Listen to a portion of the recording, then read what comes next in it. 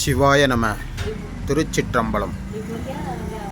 கரூர் மாவட்டம் ஐயர்மலைக்கு பக்கத்தில் இருக்கிற கோயில் தான் இந்த சிவன் திருக்கோவில்.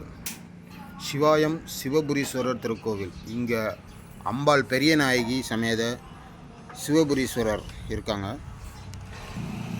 மூலவராக இருக்கிற சிவபுரீஸ்வரருக்கும் கைலாய நந்திக்கும் இடையில் விநாயகர் சிற்பத்தை அமைச்சிருக்காங்க.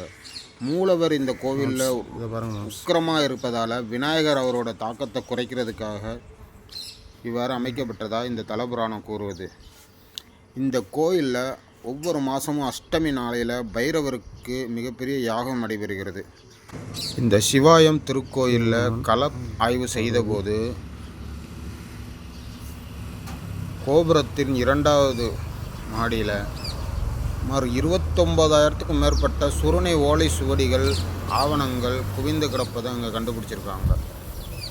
இந்த கோவிலில் கண்டெடுக்கப்பட்ட ஓலைச்சுவடிகள் இந்த வரலாற்று குறிப்புகளை நிறைய எடுத்துரைக்குது. இந்த கோவிலில் தேவதாசிகள் தான் இறைவனுக்கு தொண்டுலியம் செஞ்சு வந்துக்கிட்டு இருக்காங்க.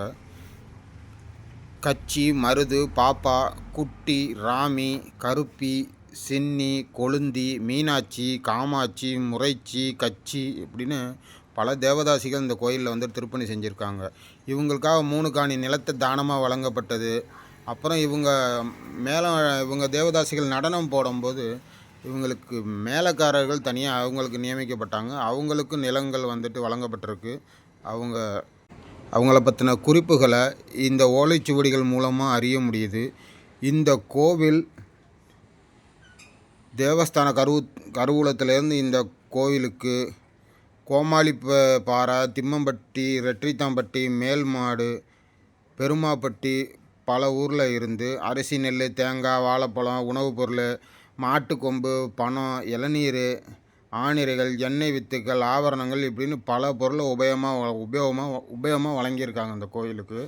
இந்த கோயிலில் சொந்தமான தென்னந்தோப்பு, புளியந்தோப்பு, குளத்தங்கரை தோப்பெல்லாம் இன்னமும் ஏலம் விட்டுட்டு இருக்காங்க.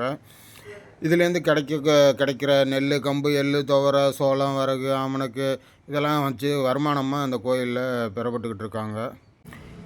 இந்த கோவில் கிபி 1846 காலகட்டத்தில் இந்த சிவபுரீஸ்வரர் திருக்கோயில் கும்பினியார்னு சொல்லப்படுற ஆங்கிலேயர்களோட ஆட்சியில் இயங்கி வந்துச்சு. இதோட வரி வசூலெல்லாம் முத்துவீரன் செட்டி அப்படிங்கிறவர் தான் இதை கோவில் தர்மகர்த்தா மாதிரி இருந்து இதை பார்த்து இருந்திருக்கிறாரு. இந்த கோயிலோட தேவஸ்தானம் தான் மிக பழமையான தேவஸ்தானமாக இருந்ததுன்னு சொல்கிறாங்க. இது கிபி 19ஆம் நூற்றாண்டோட தொடக்கத்தில் ஐயர்மலை ரத்னகிரீஸ்வரர் கோயில் இந்த சிவாயம் சிவபுரீஸ்வரர் தேவஸ்தானத்தோடு தான் இணைஞ்சிருந்தது. ஐயர்மலை கோயிலை சிவாயம் மலை கோயில்னு தான் இதை சொல்லியிருக்கிறாங்க. இந்த காலகட்டத்தில் தான் தேவஸ்தானம் ஒரு நீதிமன்றம் போலவும் செயல்பட்டுருக்கு. இந்த தேவஸ்தானத்தில் பணிபுரிஞ்ச வீரபத்ரன் பிள்ளை என்பவரோட வீட்டில் ஒரு திருட்டு நடந்துச்சு. அதை இந்த தேவஸ்தானம் தான் ஆய்வு செஞ்சு இதுக்கு தீர்ப்பு வழங்கியிருக்காங்க. சிவாய நம.